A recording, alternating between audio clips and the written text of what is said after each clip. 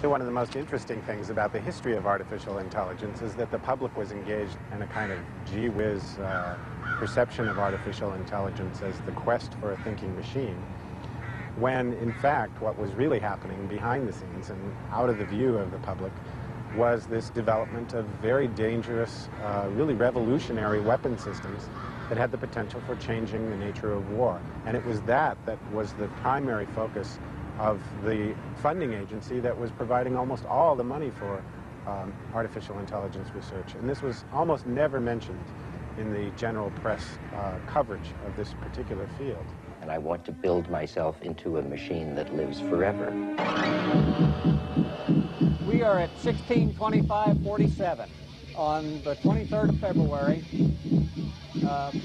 literally 4:25 in the afternoon. And Eagle Troop has just penetrated the main Iraqi defenses. What we're seeing here is a simulation of an actual battle that occurred during the war with Iraq, recreated by ARPA. And the events that you're seeing here are as they were reported by the soldiers who took part in the battle.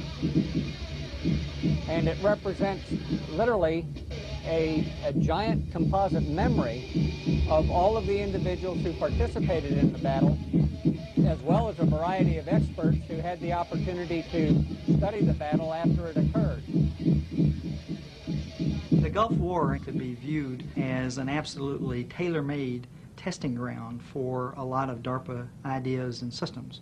Since we had an environment that was basically flat, it was like a laboratory in the sense that it gave the military supporters of AI a tailor-made situation in which they could prove their case with systems that could remove personnel from harm's way. We are not in the business of destroying Kuwait while we are liberating Kuwait. And we certainly didn't want to go in and completely destroy the oil field or do undue damage.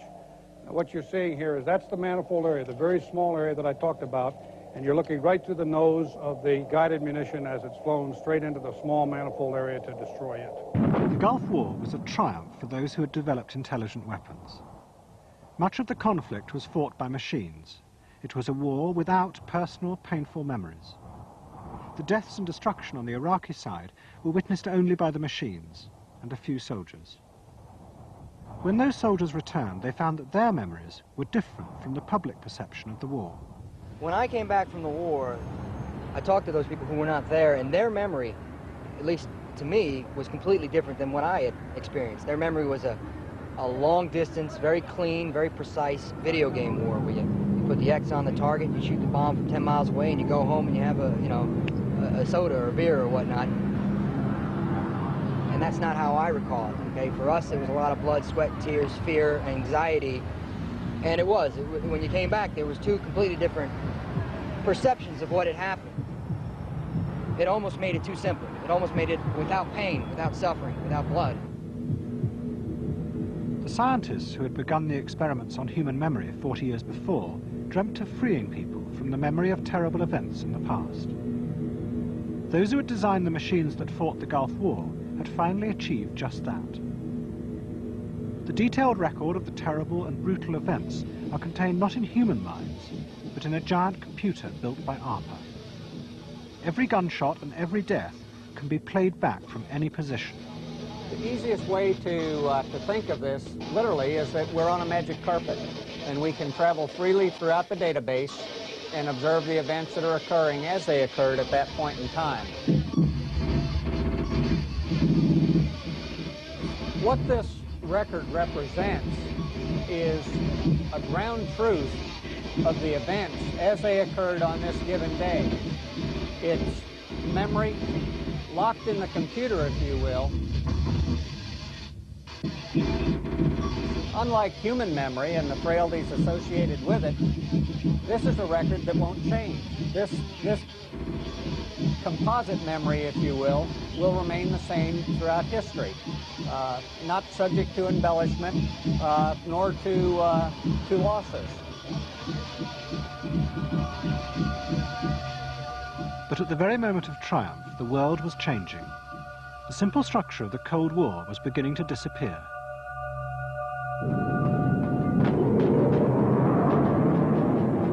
Soviet power started to collapse. As it did so, memories from the past re-emerged throughout Europe. They fueled bitter rivalries that had been hidden since the end of the Second World War. 50 years ago, many hoped that these memories had been wiped forever, that the past was under control. And now we've lived through a period in which that notion of managed memory, if I can put the thing that way, has changed. And what we get instead is this horrible emergence of the past. We haven't escaped our past. We see it all over the new states of Russia, of the former Soviet Union. We see it all over the Bosnian War and the rest of it, and begin to have notions that are much more biological, that we're trapped in our evolutionary past, that we're victims of our history. We then become slaves of the past. We become tragic. We become victims, basically, of the past and of fate.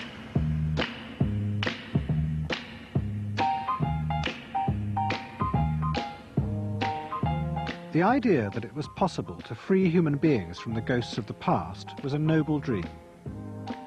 It was part of an age that believed it could control history by manipulating human memory.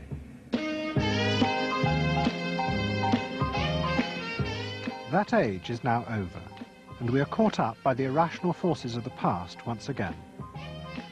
Except for a few individuals who live in a different world, a world free of memory. What had been done to me was wrong and horrible, but I was freed up because I didn't have any memory. I didn't have to worry about a memory. I was exactly who I had shaped myself into being, and people kept wanting to feel sorry for me and that I was a victim.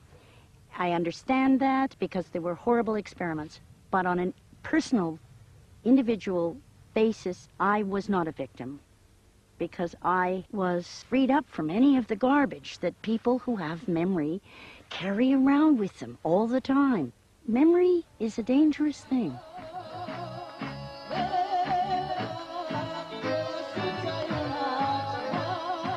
Not just for individuals, but for whole societies, for cultures. They keep looking backwards and trying to relive and reshape the past when they can't.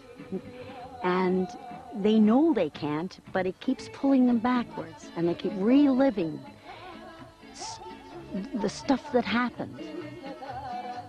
And I'm free of that.